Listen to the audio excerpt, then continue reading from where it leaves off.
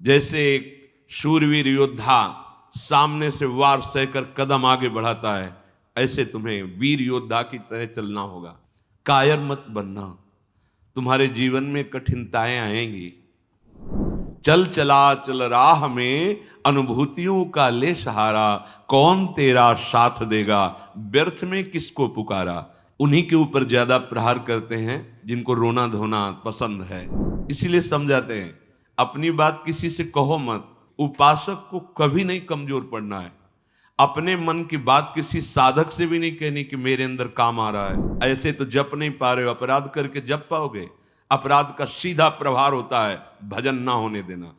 कायर मत बनना, तुम्हारे जीवन में कठिनताएं आएंगी, आपको लड़ना है इनसे।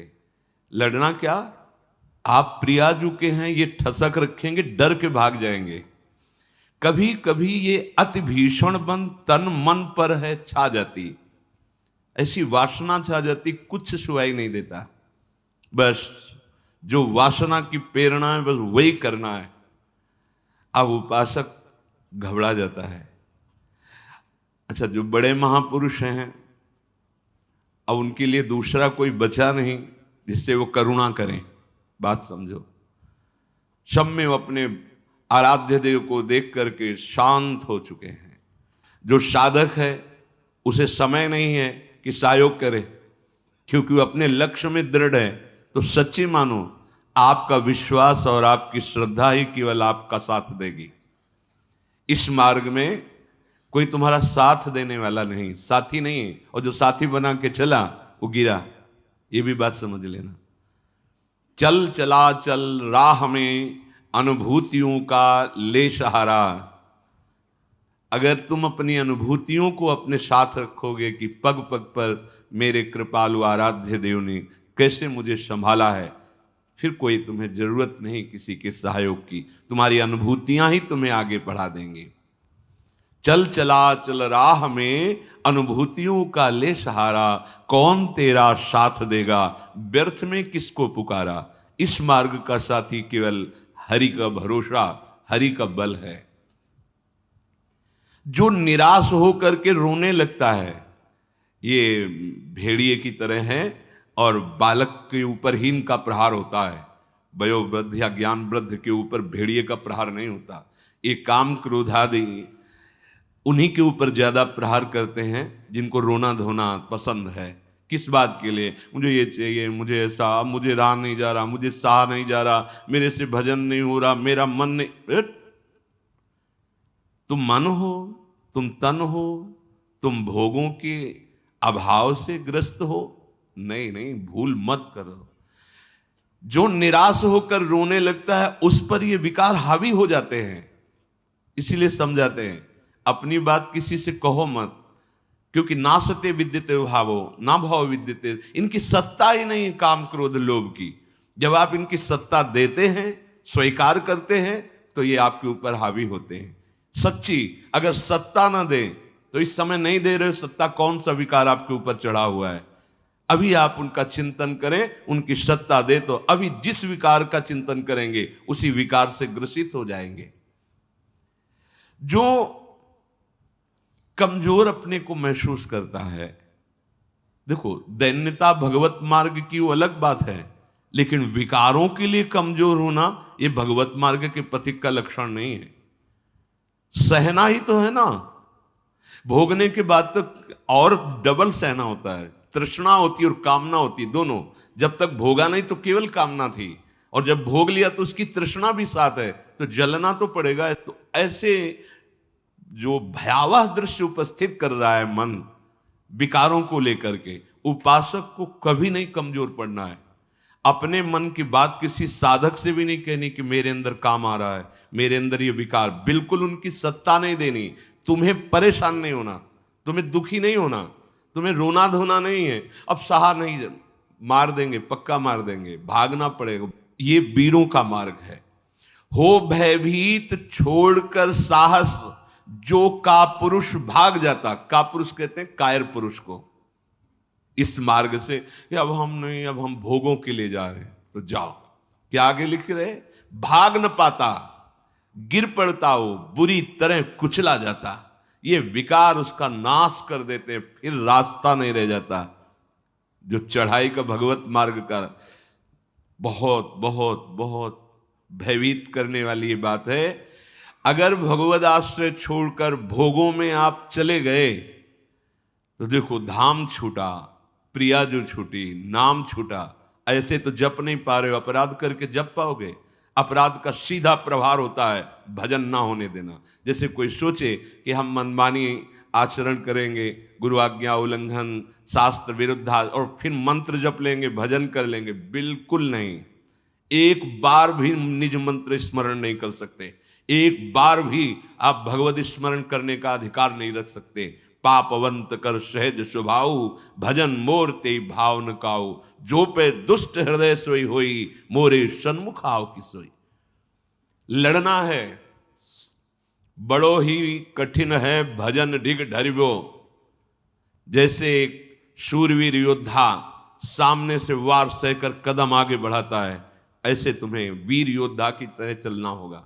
कायर पुरुष की तरह भाग कर जाओगे तो कुचले जाओगे, और अगर धैर्य पूर्वक रहोगे तो कह रहे हैं, पर जो कर विश्वास ईश्वरी बल पर, सम्मुख डट जाता। अब तुम मरना है, चाहे जितना कष्ट हो, मृत्यु से भयानक कोई कष्ट नहीं होता। अब मुझे श्री जी की प्राप्ति करनी है, जितना दुख चाहो प्रभु आप दे लो, आप दे लो, छूट है आपको, जितना दुख चाहो। इतना तुम्हारा सोचना होगा कि दुख भाग जाएंगे, कोई दुख छुएगा नहीं तुम्हें। उससे डर वे भाग छूटती नहीं, दुखी वो हो पाता जिसने निश्चय कर लिया कि अब सारे दुख मुझे भोगने हैं, पर हम प्रियाजू को, प्रियाजू के नाम को, प्रियाजू के धाम को, प्रियाजू के चरणारविंद की उपासना को कदापि नहीं छोड़ सकता। कुछ भी हो जाए, सब डर जाएंगे, काम क्रोध लोभ मोह मद मत्सर, पर हम कायर पुरुष जैसा आचरण कर बैठते हैं। गलती हो जाती है कि हम विषय सेवन में ही शांति का अनुभव करना चाहते हैं। हम चाहते हैं अगर हम ये विषय सेवन कर लें तो हृदय शांत हो जाएगा, जलन मिट जाएगी, कुचले जाओगे, परमार्थ से बहुत दूर कर दिए जाओगे, आपको पता ही नहीं चलेगा। माया का खेल ऐसा है, पता थोड़ी चलता है कि हम भ्रष्ट हो गए, पता थोड़ी चलता है कि हम इतने नीचे उतर गए। जब कोई महात्मा आपको दर्शन कराएगा कि आप कितने नीचे गिर गए, तब आपको पता चलेगा। गिरते समय पता नहीं चलता। माया का ऐसे ही भक्ति का खेल है, चढ़ते समय पता नहीं चलता कि कितनी ऊंचाई पर आप चढ़ते हैं। जब गुरु कृपा से कहीं ऐसे द्वंद्व उपस्थित होते हैं और उन द्वंद्वों पर आपका हृदय विचलित नहीं होता, तब पता चलता है कितनी कृपा भक्ति की है कि हमें इस ऊंचाई पर बैठाल दिया कि मान अपमान, लाभ हानि, दुख सुख, ये हमारे ऊपर कोई प्रभाव नहीं डाल पा रहे। पर ये डट वही सकता है जिसने अपने जीवन का लक्ष्य निश्चय कर लिया है। श्रीपाद कह रहे, राधा दास्य, मुझे श्री जी चाहिए। जिसने मन में ये निश्चय कर लिया कि अब मुझे प्रियालाल चाहिए, तो उसकी चाह में इतनी सामर्थ्य होती है कि सबसे लड़ सकता है। जैसे धन की चाह आने पर चोरी करने के लिए भी उतारू हो जाता है, हिंसा करने के लिए भी उतारू हो जाता है, उसको कुछ भी डर नहीं लगता। एक धन का लोभ चढ़ता है तो प्राणों को सौंप दिया, भय को बिल्कुल रौंद दिया, और जैसा भाव बना वैसा कर बैठा। और आप प्रभु को चाहते हैं और आपको डर लगता है। आप परम धन श्री लाडली जी के गोरे चरणारविंद की प्राप्ति करना चाहते हैं, तो अब अपना अधिकार, अपना पन, अपना महत्व श्री लाडली जी के चरणों में। हे प्रभु, हे प्रिया जी, ये प्राण, ये तन, ये मन आपको समर्पित है। अब जैसा जी चाहे वैसा आप करो। यही है सुदृढ़ योद्धा भगवत मार्ग का। अपना अस्तित्व, अपना महत्व, अपना जीवन जब तक जीवन धन के चरणों में समर्पित नहीं करोगे, तब तक जो स्वामी श्री हरिदास जी महाराज करें, ज्यों ज्यों राखत हो त्यों त्यों रहियत हो हरि। जैसे आप रख रहे हो मैं राजी हूं उसी में, जोई जोई प्यारो करे। ये सिद्धांत, ये रोना धोना नहीं। ये जैसे कभी कभी उपासक वहां प्रश्न कर देते हैं जाके, भजन में मन नहीं लगता, हमें लगता है हम इस मार्ग में चल नहीं पाएंगे क्या? आप चल रहे हो या गोद में बैठे हो? पहले निश्चय करो। यदि चल रहे हो तो इतनी टांगों में दम नहीं है कि ये चढ़ाई तुम चढ़ पाओगे। तो गोद में बैठे हो तो चलने का तुम्हें डर फिर क्यों है? श्री हरिवंश प्रताप नाम नौका निज खेवक, भवसागर सुख तरत निकट हरिवंश जो सेवक। पहली बात तो तुम चल नहीं रहे हो, तुम गोद में बैठे हो।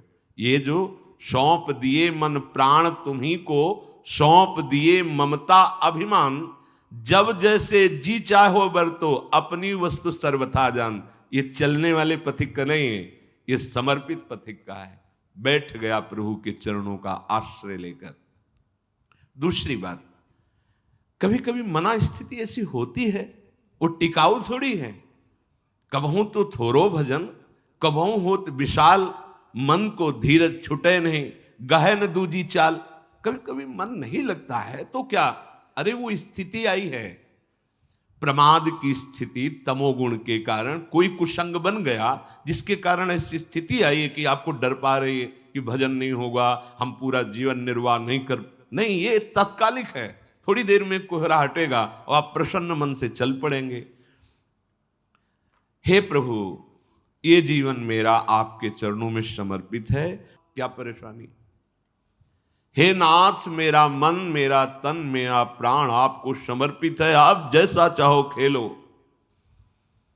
मत सकुचाओ, अभी आपका है, आप जैसा चाहो। फिर आप शिकायत कैसे करें? फिर आपका प्रश्न कैसे बनता है? ये जब तक मेरे मेरे मेरे तब तक नहीं हटा पाओगे। और ये आपको दिया, अब इसमें काम रखो या आप रहो, इसमें प्रेम भरो या आप इसमें विकार भरो, आपको पूरी स्वतंत्रता है नाथ। उसी दिन से आप देखेंगे मन निर्मल होने लगा। क्योंकि जब तक अहंकार रहता है तभी तक ये सारे विकार आक्रमण करते हैं। अहम प्रभु के चरणों में समर्पित हुआ कि वो दिव्य निर्मलता, दैवी संपदा के भागवतिक सद्गुण अपने आप आने लगते हैं। जिस समय आपको मान अच्छा लगे, अपमान दुखित, तो समझ लो आपका अहम अभी समर्पित नहीं हुआ। उपासक का जब अहम समर्पित हो जाता है तो मान अपमान सुख दुख से अब मेरा रहा न कुछ संबंध। तुम ही मेरे कैवल्य परम पद हो, और बंधन है तो सिर्फ आपका ही बंधन है। ये आप ही हमारे मोक्ष हो, आप ही हमारे बंधन हो, आप ही हमारे साधन हो, आप ही हमारे साध्य हो। आपसे ही सब कुछ है अब हमारा। अभी अभी निश्चिंत हो जाओगे, अभी निश्चिंत हो। आपको क्या परवाह? जब आपने अपने आप को प्रभु के चरणों में समर्पित कर दिया तो अब जिम्मेवारी प्रभु की है। पर आप समर्पित वाणी से केवल कह रहे हैं, अभी अहम है। आपको पता लग रहा है कि भगवान पता नहीं संभालें कि न संभालें, गति बनेगी कि नहीं बनेगी, पता नहीं लाभ मिलेगा कि नहीं। ये शरणागति का लक्षण नहीं है। छूटे सभी अन्य आश्रय, अब मिटे सभी संबंध अनित्य। ये जो अनित्य संबंध है, हम लोग समझते हैं कि बाहर से बाबा जी बन जाने पर छूट जाते हैं। भ्रम में मत रहना, ये किसी कपड़ा बदलने से छूटने वाले नहीं है। ये अंदर की बात है। जो जड़ चेतन का संबंध है, ये अंदर का संबंध है। बाहर का घर छोड़ दिया, बाहर के संसारिक कपड़े छोड़ दिए, बाहर का भाव दिखाते कि हम वैराग्य से हैं, लेकिन अंदर की बात देखो। संबंध अगर प्रभु के अलावा किसी और